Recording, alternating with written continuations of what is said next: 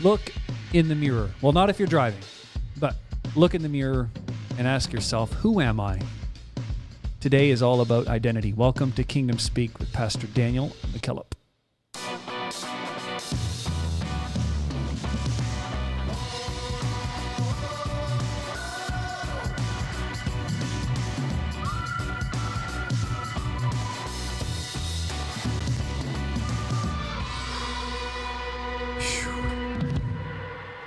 I still have a headache from that birthday party. Do you? Too much cake. Hangover.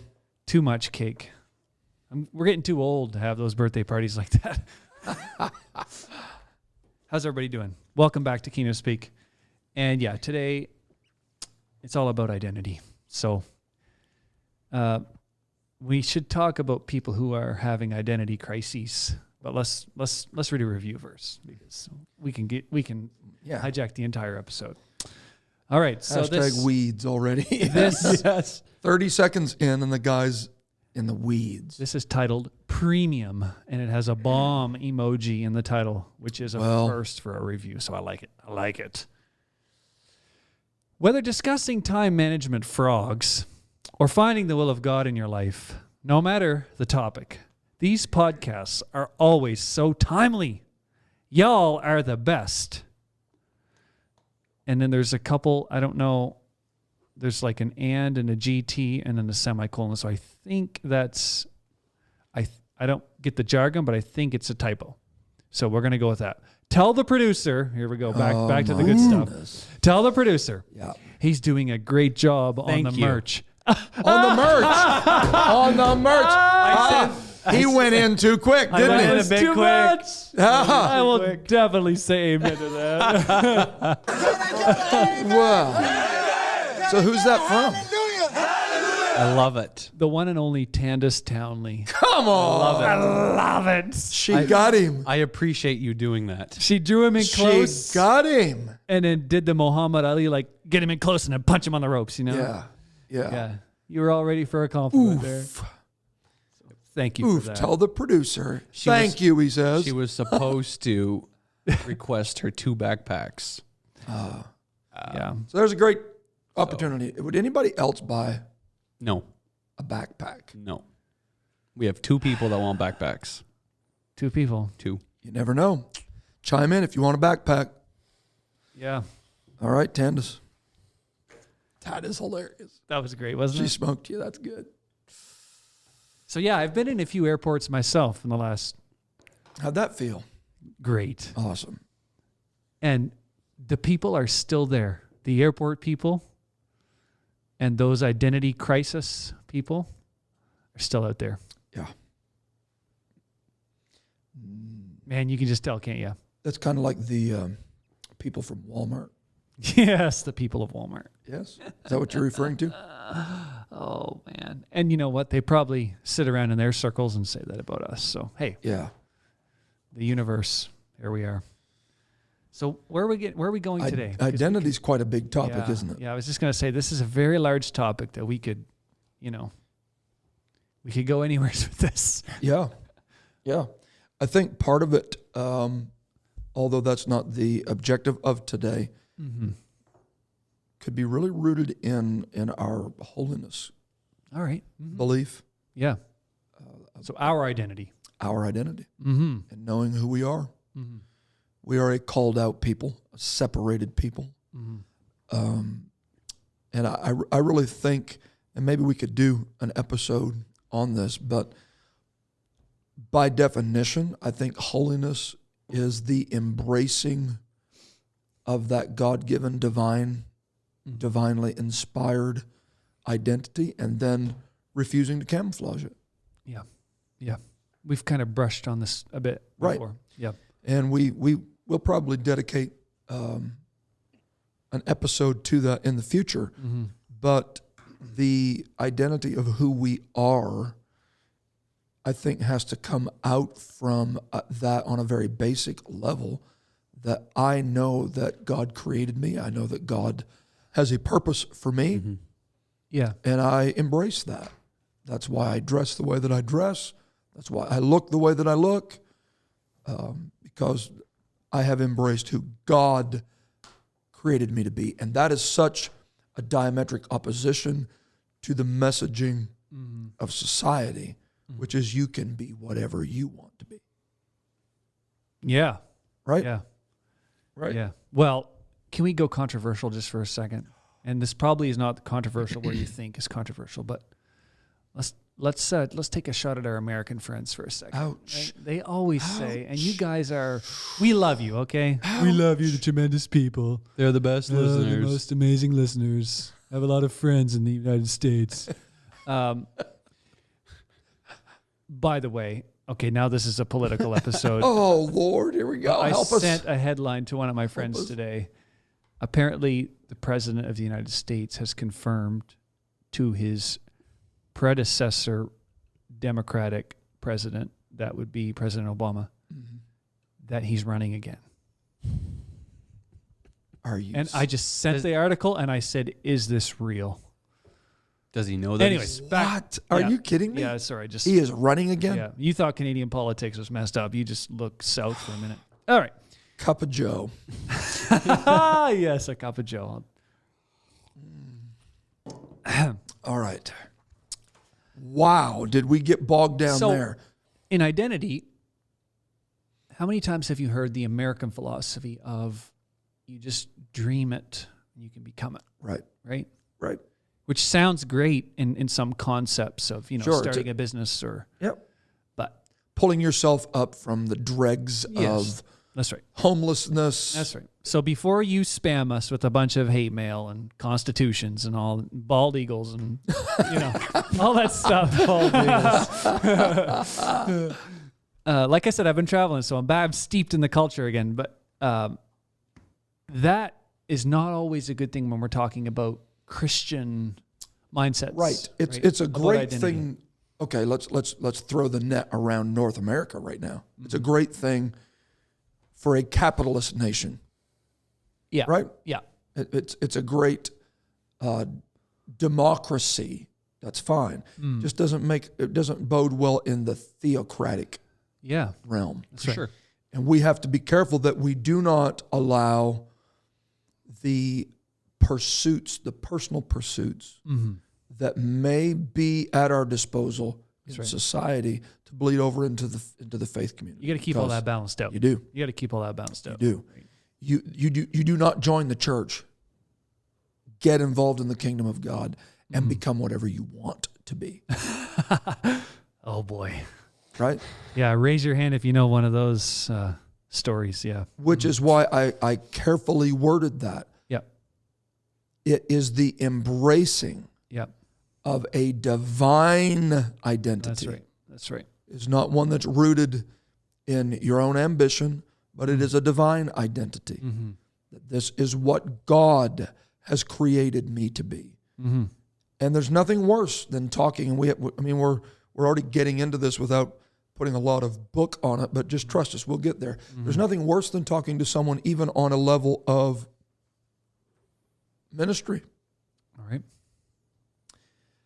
that really doesn't know who they are. They're anointed. God has used them. I've had conversations where I leave the table going, I just wish they would embrace who they are. Because as long as they are trying to be someone else, Yeah. the kingdom is robbed of who God created them to be. We need you. We don't need who you're pretending to be, Yeah. right? We need you to embrace your identity. Well, and it's feeling that perceived pressure, I suppose, of you have to be someone else, maybe, if you're not careful. You push yourself to be someone else to think or to attain, to reach your purpose when that's Could it be this? Could it be that in your pursuit to be the better you Yeah. can almost cross the lane into trying to be something that's not you, I believe that for sure. Yeah. right? Yep. Oh, yeah. And that's the game between your ears, man. Oh, That's the game between Oh. your ears, is it not? Right? let me ask you this: Have you guys noticed this and thought much about it? But I've been inspired by the fact that the Israelite nation, present tense, the Jewish nation, has not lost its identity over the years. That's a phenomenon to me. Yep. When you see them, Ah, there they are. Yep. okay. So not all Jews are Orthodox, and I get that. That's right. But we've already mentioned about airports. Yeah, I'm absolutely. traveling through Newark Airport Yep. anytime I'm in and out, and there's a strong Orthodox Jewish influence there. It's virtually impossible to go through that airport without seeing some Orthodox Jew somewhere that either by dress is identifiable or by lifestyle, in the sense of if it's their prayer time, you can see them with their prayer shawl. Yep. And I admire that regardless of where they are, their identity, it's stable. Yeah. They don't try to camouflage it just because, okay, let me put it this way. They never allow an attack on their identity to cause them to camouflage their identity. Right. And the anti-Semitism nowadays seems to It's be real. It seems to be high as high as we've ever seen it. It's real. Right. For sure. So yeah, you're exactly right. So I've always been, it doesn't matter what history threw at them, the Holocaust, the 6-Day War, even to what is going on in Ukraine right now. I mean, there is a degree of what is transpiring there being led by a Jewish leader. What is he? The grandson of a Holocaust survivor, or maybe not a survivor, but I've heard him referred to as the grandson of the Holocaust. And they take that identity and Right, they're proud of that. yes, they use it. Yes. Yeah. Very inspiring. And when you take that and you lay that over the church, you have to ask yourself, what can we learn from this Yeah. Good discussion. Yeah. that could help us preserve who we are? Yeah. Does the church, because there's these discussions from generation to generation, and you see guys leave the rails, so to speak, on this because they're trying to make the identity of the church more appealable to mainstream society. And it's like, you can see it. Yeah. It's like, man, quit trying to do that. Yeah, you don't This need is to not do what we are. Right? So you don't make the church, how is that saying? If the world is coming to the church looking for something different, we don't want them to find what they're leaving. Yeah. Yeah. Right? Exactly. We need to embrace our identity of what God's called us to be. So I think we need to go back. If Israel has an identity and preserved it, where did that start? Jacob and Esau. Let's go. It's like I knew you were going to go there. Weird, eh? You feel that? Yeah, I just felt something. Where It may be the Do you air have any conditioner. scriptural reference for this? Off the top of my head, let's go to Genesis 27:11. All right, let's go. top of my head. KJV. And Jacob said to Rebekah, his mother, "Behold, Esau, my brother, is a hairy man, and I am a smooth man. My I father..." like that. Didn't say he's bald. How smooth. Smooth. My father peradventure will feel me, and I shall seem to him as a deceiver. Now check it out. I got a question to ask you. Is he a deceiver? He's thinking like one. My father, I will seem to him Yeah. to be what I really am. Yeah. In other words, he will detect that So- I authentically am trying to deceive him. Yeah. How about that? That's a twist. That's a twist. That's isn't a it? twist. Yeah, he's like getting inside his own head. Yeah, exactly. Yeah. Yeah. And I shall bring a curse upon me and not a blessing. And his mother said unto him, Upon me be thy curse, my son. Only obey my voice and go fetch me them. So the context of this, if there's anybody listening to this that doesn't know the context, is you have Jacob who overhears, or his mother overhears the admonition of Isaac, right? To Esau, Jacob's older brother, saying, go I'm nearing the end of my life. I want to bless the next generation. Yep. And because Esau is the eldest son, he is the one that That's right. is rightfully to inherit the blessing from his father and the inheritance. Yep. Okay? And so, as we've read, Esau's a hairy man. He's easily detectable. That's right. There's a strong difference between Esau and Jacob. Jacob and his mother are plotting how they can steal a blessing. Okay? Yeah. Verse 18. And he came to his father and said, My father. And he said, Here am I. Who art thou, my son? This is a key question. And Jacob said unto his father, I am Esau, thy firstborn. I have done according That sounds hairy. as thou badest me. Yeah. It's a Arise, I hair-raising pray thee, admission. sit and eat of my venison, that thy soul may bless me. How'd I do? Yeah. That sounds so natural. That didn't feel right. That was a bit smooth. Yeah. Do you It is. get it? Yeah. Who This story, man. are Yeah. you, my son? And Jacob said, get this?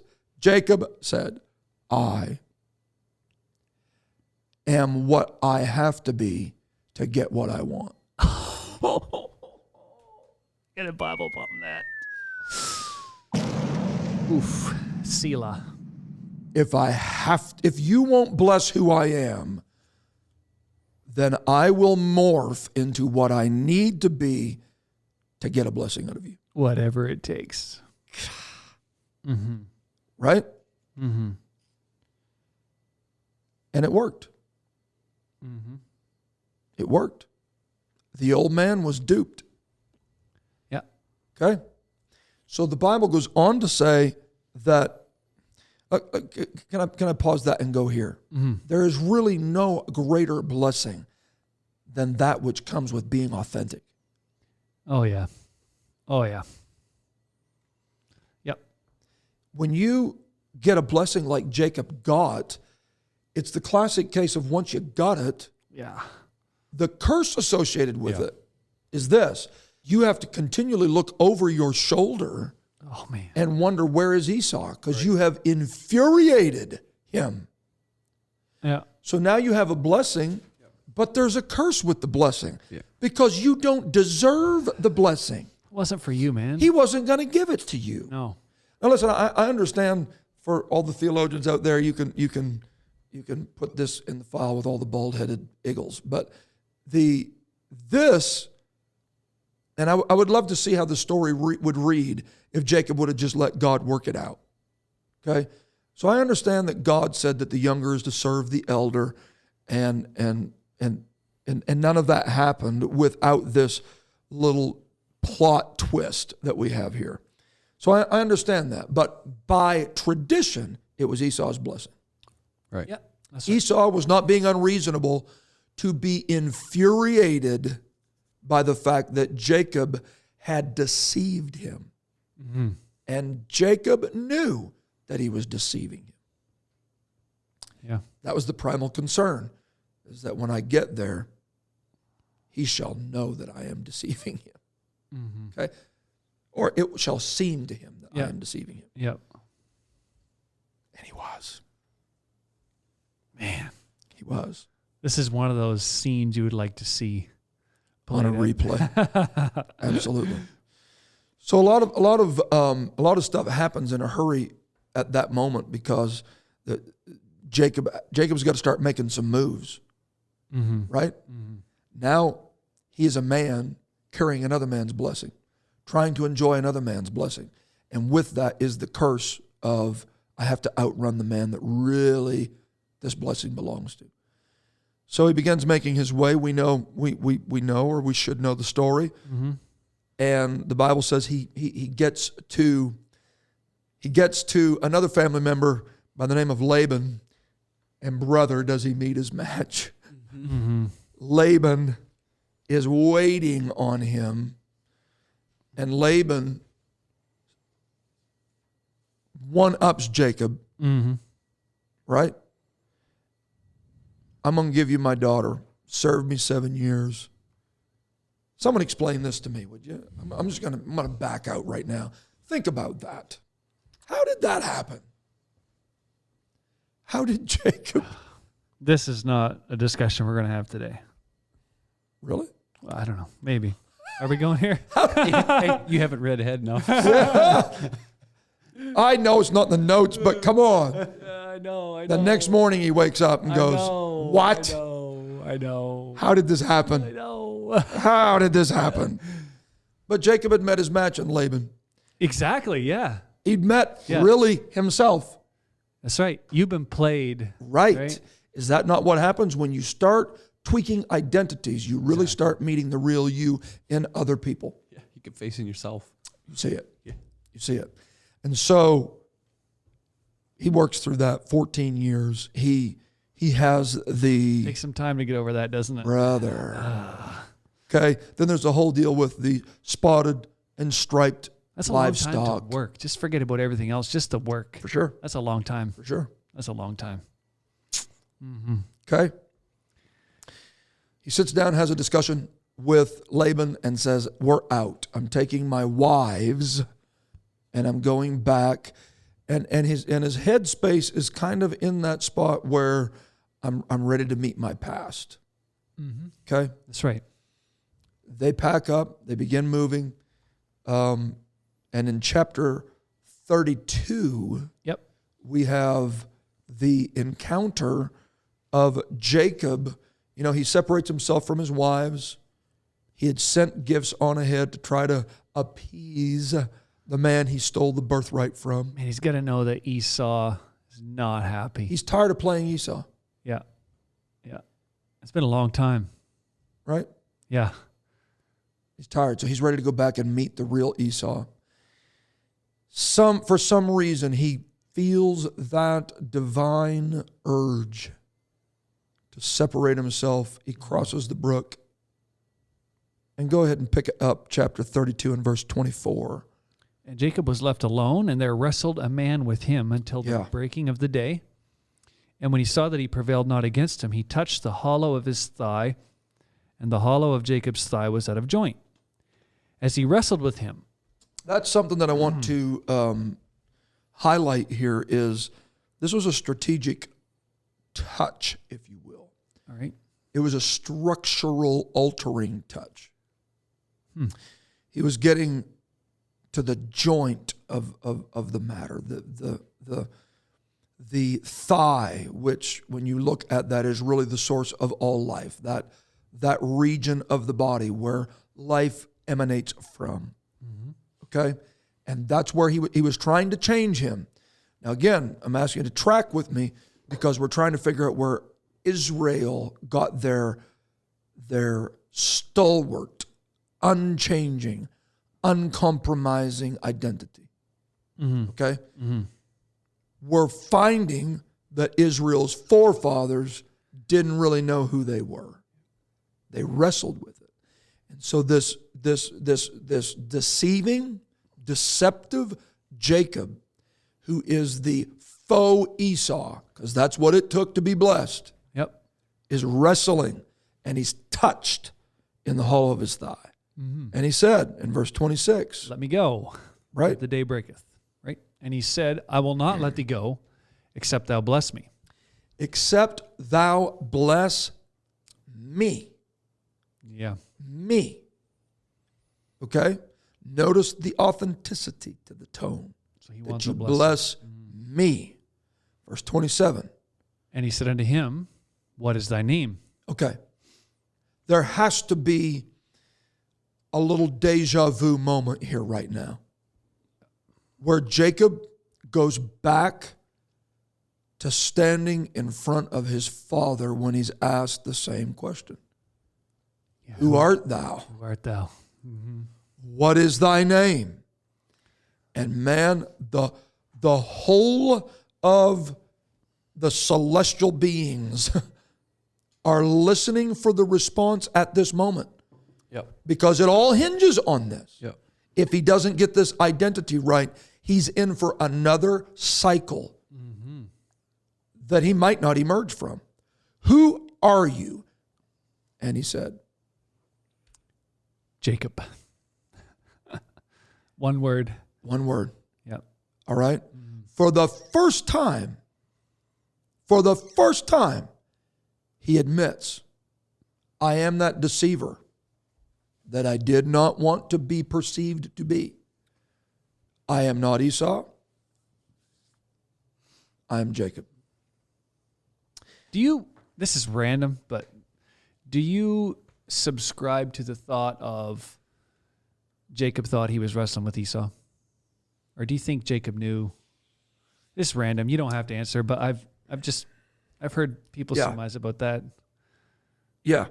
I wouldn't necessarily ascribe to it. I think if there's anything, I think Jacob was wrestling. And again, we get into the weeds on this, it's but just random. I think there's a part of him that was really wrestling with himself. Yes, I do agree with that. Yeah. He was being brought face to face with himself. Well, it's like Who art thou, Jacob? You already failed that test once, and now here's another rewrite on it. Right. Yeah. Right. Yeah. Because here is a big deal, and this is kind of the crux of everything that we've set up until now. I can't bless you until you get to this point, Jacob. Mm-hmm. Okay? Your dad may be able to bless you, and you may be able to sneak a blessing out of men. But if you want the divine favor and blessing of God, you have got to embrace who you are before you will get blessed. Because here is a key principle. God will not bless who you pretend to be. God will only bless who you really are. Yeah.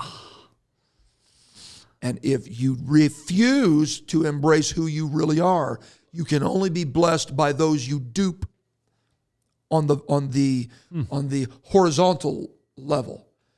But if you really want the favor and blessing of God, you got to embrace who you are, with all of your warts and blemishes and shortcomings, and go, this is really who I am. Now, notice how quick the theophany that he's wrestling with responds to him. To the authenticity. Yeah. That he says, with that authenticity, I am Jacob. Yeah. Notice the response. It's immediate. Yeah. It's And immediate. he said, thy name shall be called no more Jacob, but Israel. But Israel. For as a prince thou hast. Yeah. Right. For as a prince thou hast power with God. So here's the thing. The moment that you stop pretending to be someone else, then I'm going to tell you what you have the potential to become. Yeah, exactly. But it's never been part of the economy or the equation for your life, Jacob. It's never been that Esau would become Israel. Esau will never become Israel. Jacob is to become Israel. So as long as Jacob is playing Esau, Jacob never becomes Israel. Because in my plan, it is not Esau to Israel, it's Jacob to Israel. So I have got to bring you to the point where you are altered in that area of your life. I can't bless the structure of an Esau. I need you to be Jacob. And at that moment, God said, and now you're Israel. I do not believe it's coincidence, as we come full circle to this, that Israel does not struggle with their identity. The reason that they don't struggle with their identity is because their forefather conquered his identity and has been successful in passing it down from generation to generation. So it's time for the apostolics in each generation to conquer who we are and not waffle in that nor be intimidated by that, but to raise our children proud of the fact I'm a one God apostolic. A holy living apostolic, and I'm not intimidated to be such.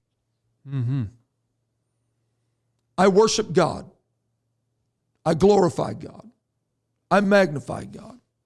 I'm faithful to the house of God. This is a part of my identity. That's right. And it doesn't matter if it's COVID. It doesn't matter if it's not COVID. It doesn't matter what the climate that the church may find themselves in. It doesn't matter. This is who I am. Right. And there is a blessing associated with that. Is that not what happened with Peter? Yes, that's totally what happened with Peter. Yeah. Even Jesus said, okay, so who do men say that I am? Not because he was wondering himself in his identity. No. He had gotten his identity It was echoed. Mm-hmm. He was okay with being who he was, but he wanted to know, do you guys know who I am? And Peter, all of them around him, tried the whole classic, some say. And finally he looks at Peter and said, no, but what do you say? Right. Thou art the Christ, the Son of the living God. Notice again, when you get the identities right, when you get a revelation of who he is, he will give you a revelation of who you are. Every time. Yep. And thou art Peter. Yep. Upon this rock I'll build my church. It's Anyway. time. What's that? I was just going to say that Go ahead. it's so hard. It's so hard to embrace yourself at times, but it's the one thing. It's the one thing that you have to do if you're going Right. if you're going to Right. be a success. Right. Right. Absolutely. It's yeah. And when we're saying embrace yourself, this is not the side of you that gives you the pass, No. right? Jacob still had lots of work to do from that moment. Oh yeah. Oh yeah. His job was just beginning Mm-hmm. at that moment. Mm-hmm. So here's where you've got to be content. I think it was Pastor James Townley, on that whole virtue vice. Yeah. Yeah. When he's talking I'm about content with meekness. who I am, but I'm not content at who I Right. am. Right. Yeah. That balance. Exactly. So this is where ambition comes into it of I am content to be a pastor of the church that I'm pastoring, when it's the size that it is, when it is in the season that it's in, but yet I'm not content with the church that I'm pastoring. So that discontent doesn't have me looking for other churches. That discontent has me trying to cultivate the church that I'm pastoring to reflect the identity that God has for it on earth as it is in heaven. Okay? So ambition is not a bad thing as long as it's not rooted in self-centered carnal ambition. You need to be ambitious. Okay? You're a child of God, but you need to be the best child of God that you can be. You may be involved in a seemingly, on the grand scale of things, what you may deem an insignificant part of the ministry. But says who? Says who? So we see an example of this in the story of Esther and Mordecai and Haman. Okay?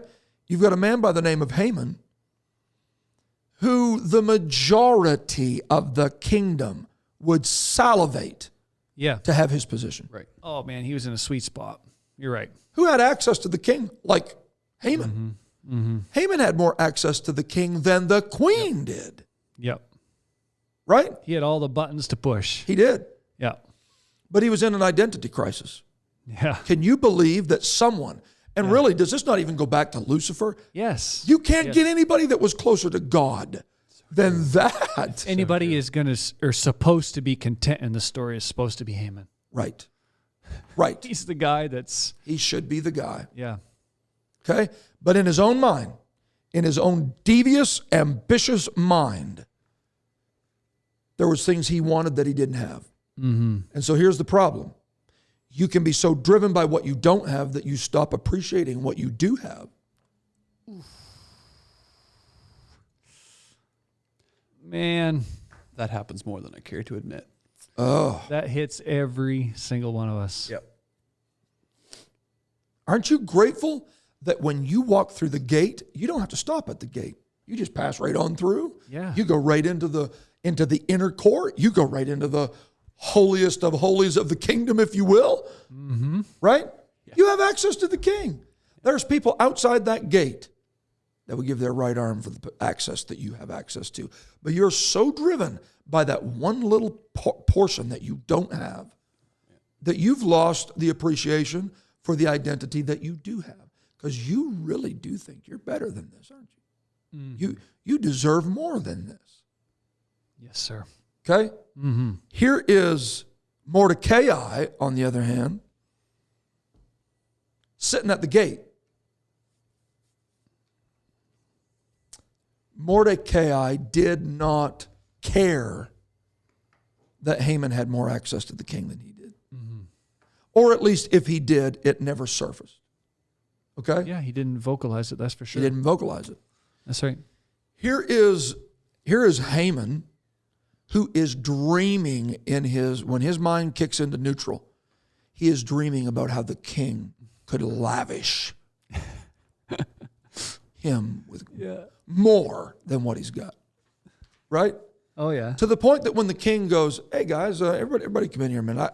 I got a man in the kingdom that I love this part. I would like to honor. I'm just thinking And about doing something I need some special. ideas. Everybody. Oh, yeah. And what does Haman You do? got to love it. At least he got an authentic answer. Yes, he did. Yes, he did. You got to love it. Because in Haman's own Yeah. mind, Yep. this is my moment. Yep. He finally realized how valuable I am to the kingdom. Right? What a bonehead. So he's like, I'd like to wear the king's clothes. I'd like to ride the best horse he's got. I'd like to be led around the country. He had thought about this before. Let's Bro, be you clear. don't come up with this stuff on the fly. No, no. Oh, he's no. not. He's- No, this is my moment. He's even going to let me fill out the check. Right? I want someone going before me saying, this is the man who the king delights to honor. Yeah, you don't just. And there could be no other man more qualified in the kingdom for this position than I. Humble Haman. And the king says, these are great ideas, Haman. Wow. Thank you. Go get Mordecai. You put some serious amount of thought into this. You have. Yeah. This is amazing. Great. This is Wow. great. Like, go get Mordecai. Wait, what? Bro. Let me scrape this egg off my face. Get the best horse. Get the crown. Get the garments. And you lead him around. Mordecai was confident in who he was. Mordecai knew that he was a child of God, knew that he was a Jew. Here we go again with that Jewish identity. Yep. I am a child of God. I know who I am. And because I know who I am, when Haman comes through and demands that I worship him, no, I don't do that because that's not who I am. I only worship the one true living God. And that was what was infuriating Haman, is he could not get Mordecai to lay down his identity That's right. and worship him. Mordecai never, for us to know, desired what Haman had. He didn't desire what Haman desired, but he ultimately got what Haman wanted. That's so good. Yeah. Is that right? Oh, man. He got it. You can see these two players. We see them. I mean, you can see them in your life. You know, if you're in the corporate world listening to us, you see the guys who have the positions that you wish you had. And yet they're the most discontented folk in the entire chain. So they sit there and they go, I want to be the host of Kingdom Speak. Yeah. Because they see the 55, 60 minutes Oh, yeah. of this and they don't see the work. Yeah. That's often the problem. I have said this repeatedly. You better be careful how much you desire another man's anointing. That's right. Oh, boy. It comes at a cost. Yeah, he paid for that. Sure did. There's nobody that got where they got. Because that anointing is not something that they got from a man. That is something they got from God. So that was gotten one-on-one, wrestling with God, embracing who they were. That's not Esau's anointing. That's theirs. Yeah. That's theirs. So God will give you yours. Yeah, because if you ask Mordecai, well, how'd you get there? And he's like, I don't know, man. I just stuck to my guns, right? Here I am. Yeah. It had to be a shocker to him to see the man that glared at him through the gate all of a sudden come leading the finest of the king's cavalry. This is the man. It's a phenomenal story. It is. Phenomenal. It is. We see this, one more example of this. There's numerous in Scripture, but let's give this one more example. And it's really a fascinating one with the story of Moses being born an Israelite. Okay? Again, the authenticity of his identity. Mordecai had it. Israel has had it. Moses, born to Hebrews, Hebrew parents, raised in an Egyptian palace. So born in one world, raised in another world, the tension of duplicate identities. Yep. Right? The classic indoctrination of Moses as a child, you are not an Egyptian, but raised in an Egyptian palace where undoubtedly he probably heard them Hebrews, right? Exactly. And he's living with a foot in both worlds, born in one, raised in another. And I really want, I want to hopefully give someone some faith here right now. Exodus chapter 2 and verse 9. 2 verse 9 says this, and Pharaoh's daughter said unto her, take this child away and nurse it for me, and I will give thee thy wages. And the woman took the child and nursed it, and the child grew, and she brought him unto Pharaoh's daughter, and he became her son. Moses, who was not called Moses at that point, just baby, was brought to Pharaoh's daughter. Okay? This is after he's been nursed, and he became her son, and She called his name Moses. Pharaoh's daughter called his name Moses. And she said, because I drew him out of the water. This is why I am calling him this. That's right. This is a Hebrew child born in slavery, named by an Egyptian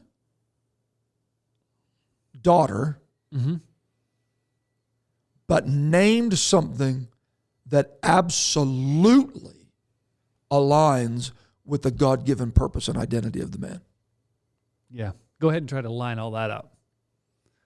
Egypt, and this is where I want to increase faith. If there's a single mom or a single dad listening to me right now, or you have children who are being influenced by Egyptian influences, you need to hear me right now. Children that are born with a God-given purpose, even Egypt won't mislabel them. When Egypt calls them something, it still will be in alignment with the will and purpose of God for that child's life. Is that not amazing? Sure is. An Egyptian called Moses, Moses, because she drew him out of the water. What was the purpose of Moses? He was going to draw the people of God through the Red Sea. That's right. They would be delivered by being drawn out of the water. That's right. That was the purpose of God for Moses' life. And yet I think I have to establish my own identity. Oh. I have to take it into my hands. Exactly. Exactly. Wow. Hey, let's press pause just for a second. So it's time for our 300th episode giveaway. So by now you're seeing it on social media. If you haven't, and you haven't looked us up on social media, hello. What are you doing? Hello. So one of our listeners who we met on the podcast, Salvador Morena, look him up. That's not right. Morena? Is he pronouncing that right?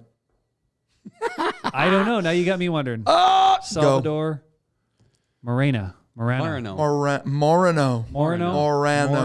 Moreno. Hey, this is just the more times we say his name, Morano. The more publicity. the more publicity he gets. Look him up. Official Salvador Morano. Moreno. Yes. Okay. He reached out to us. Super cool guy. Makes incredible custom leather Oh, yeah. journal jackets. If that's what he calls them, he should. If he doesn't, he makes leather work. Very, very cool stuff. Custom leather stuff. It's all custom. Yeah. So if Monogrammed. if you have something that you want a leather jacket for, maybe he'll do a leather jacket for you. Who knows? Yeah. Whatever it is, Yeah. custom colors, custom lettering. It's top-notch stuff. And he reached out to us. All that to say, he noticed that we were coming up on our 300th episode, and he said, "Hey, I would like to make you guys a journal jacket that's one of a kind. It's a single issue, custom made. Oh, There's so only cool. one of them." And it looks incredible. He sent us some photos of it, and like I said, look us up on social media. So here's how you can win this one of a kind journal. If you are on Facebook, you need to share the post and tag a friend. That's it. Very simple. That gets your name in the hat. If you are on Twitter, you need to retweet the post, tag one of your friends. If you are on Instagram, listen carefully. You need to share the post to your story, tag us and a friend, and that gets you in on the 300th. Yes, you got to tag us. Yeah, in that 300th episode, one of a kind journal jacket. So So can I get my name in more than once? you cannot get your name in. Period. I'm asking for a friend. Yeah, so definitely if you Boy, the Jacob was coming alive there, wasn't it? How can I get this jacket? if you look us up on Facebook, Instagram, Twitter, and you share all three of them, then that's 3 entries. Definitely. Nice. Oh yeah. So get on with it. And thanks a lot to Salvador for doing that, and look him up. Absolutely. There's, phenomenal products there. You can purchase them from him too, but Yep. this here is like Why would you buy it when you can get it for free? Or just go buy one and then get one for free. Well, yeah, I guess. Yeah. yeah. So One for each hand. that's it. Have you ever wondered where the idea came from for Moses' mama?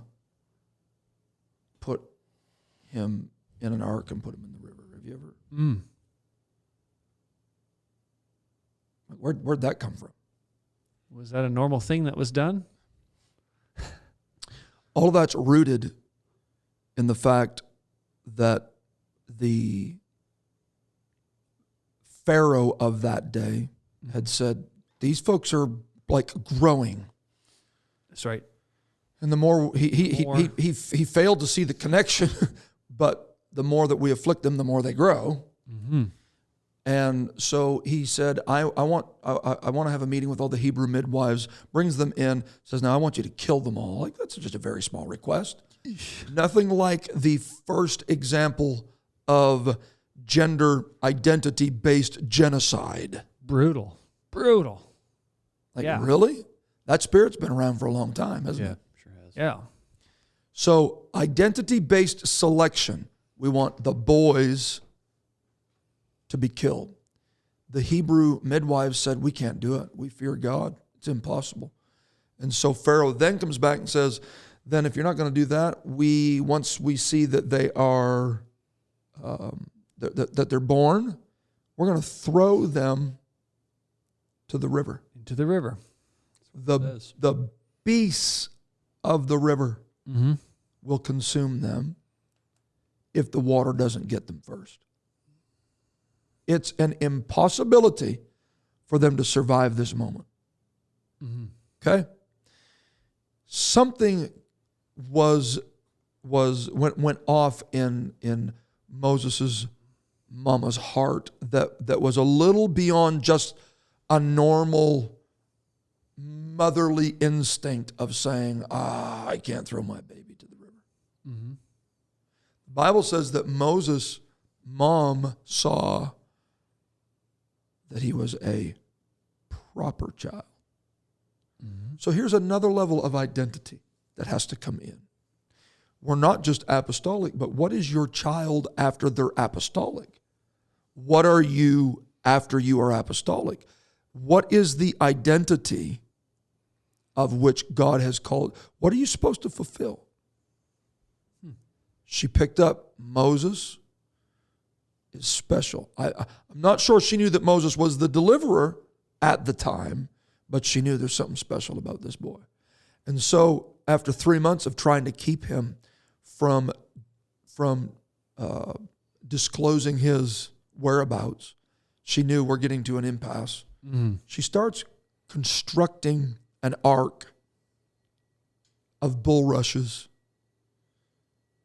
And she's weaving that together with a heavy heart going, man, all I'm trying to do is to up the chances of his ability to survive the river. Yep. Because if it's child versus river, the river wins every time. Right? Yep. Mm-hmm. The nature of the river, the beasts in the river, it's child versus river, child loses every time.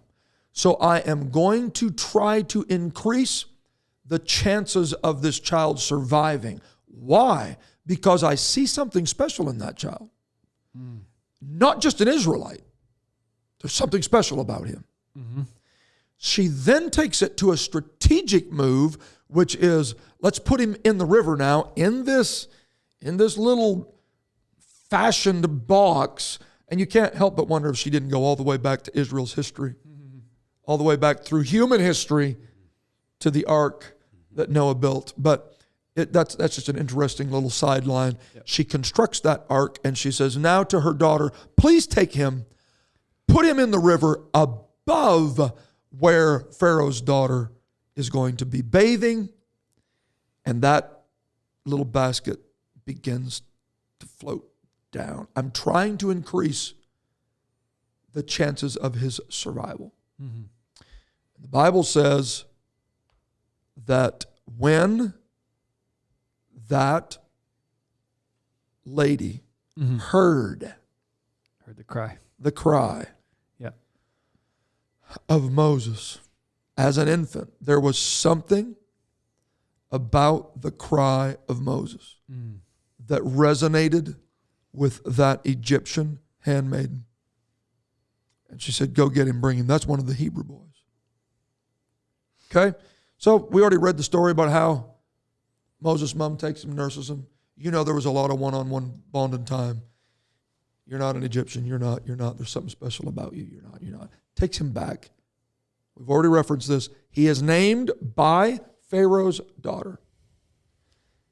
But this is the point I want you to see.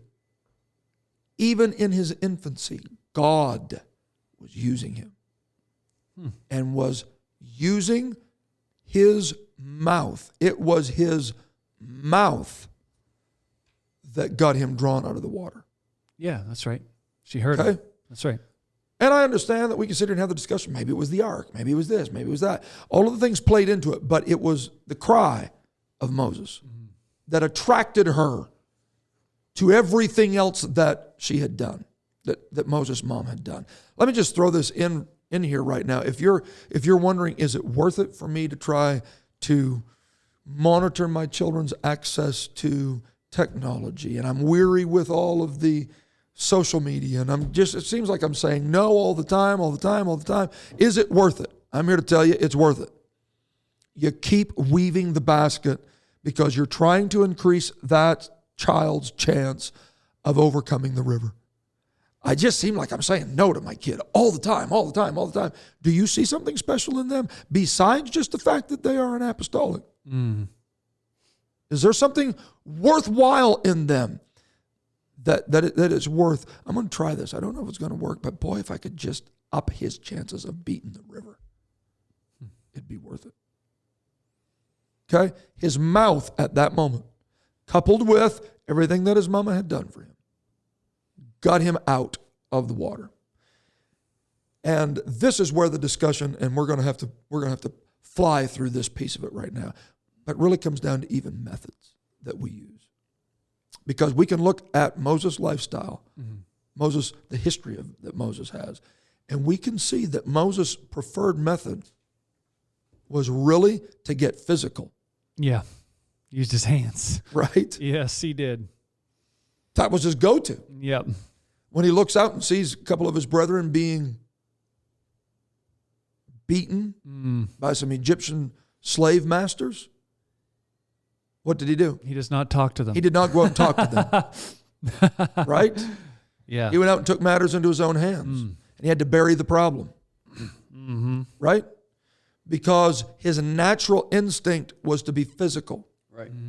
When God had already set up the preferred method for deliverance to be with his mouth. That's right. I don't believe that that's just a small factor. his mouth got him out of the water, and it was his mouth that was going to bring the children of Israel out. So he goes to the wilderness for 40 years. He's at the burning bush, and God says, I want you to go back. Yeah. Right? And what are you going to use to bring them out? Speak to them. Right? This is just let me throw this out for your consideration today. Not making a doctrine out of this at all. But I highly doubt we'd have even heard Aaron's name mentioned if God would have said, Moses, I want you to go back and lead an insurrection. Yeah. Walk in. Right? Clean house. Yeah. Like, go physical. Yeah. But when God said, I want you to use your mouth, there was something about that he goes, Whoa. this is not my comfort zone. I don't like that identity. Are we ready for this? My natural man doesn't want to use that method. Yeah, but this is what I've called you to use. Yeah. This is who you are. Yeah, but I'm more comfortable with the rod. Okay, throw it down. Let's see, right? Mm-hmm. So go talk to Pharaoh. Go tell Pharaoh, let my people go. Use your mouth. This is going to be the method that I am identifying you with as the deliverer. Speak and bring them out. Boy, it's quiet, isn't it? Oh, man. If you're driving down the road listening to this, beating your steering wheel, you don't suppose, I know that our audience is sharp. They're already there. They're already there. But the first time they needed water in that wilderness, God allowed him to use his natural bend to get it done. Smite the rock, and water came out. But the next time, he said, now, okay, there's a better way. Let's go to the preferred method that I really want this to identify you as. Speak to the rock. And he reverts back to that carnal identity that, well, this is how I prefer to deal with problems. This is how I prefer to cope with frustration. Do not we all have a preferred method? Do. And it identifies us. Right? Woo! It identifies us. Yep. And how many times does God's preferred method stand in diametric opposition to how we would naturally deal with the situation? Mm-hmm. Right? You are Moses, and you're to draw these people out with your mouth. With your mouth. And it is this man named Moses that, because he struggled with this, was limited, again, referring back to what Pastor James Townley talked about a few weeks ago. Yeah. He couldn't take him in. He couldn't take him in. So I just want to say, and we've referred to this before, but and I don't want to go all mushy on you guys, so I won't. Well, that's good. Thank you. But a venue like this doesn't need 3 hosts, That's right. right? Yeah, clearly. This works because we have a co-host Yeah. and we have a producer. Yeah. We have identities. We have identities, and everybody plays their role, Yes. and that's why it works. Yeah. That's right. That's right. And if we're not careful, we tend to glamorize some identities over others. Mm-hmm. And I'm here to tell you, using this platform as an example, okay? 100%. I can sit here with something that I feel like, boy, this might help people. And so that's my identity. That's the role that I play. Let's bring some material to the table. But if you're not over there pushing the right buttons, like he's not right now, because I bet you I'm not, you guys aren't on the screen, probably just me right now. Oh, yeah. No, he's zoomed in on you. He just fixed. I saw that. If he's not over there doing his job, and you're not capturing the audio and it's not uploaded. I don't do that, Yeah, that's right. right? Everybody working. Do you know how many parts have to work in a church Bro. to make a church function? Yeah. Yeah. Yeah. Yeah. Drive in here an hour and a half before church and look at the vehicles in the yard. Look at how many people are here to make sure the doors are unlocked. You may seem in your own prioritization of what an identity really is, you may say, well, I'm just a gatekeeper. And you may go all Mordecai on it. And Haman may walk right past you and go, what a nothing burger. I mean, this guy's just nothing. I'm headed straight for the platform. Yeah. Where can I sit? But the reality is the guy holding the door.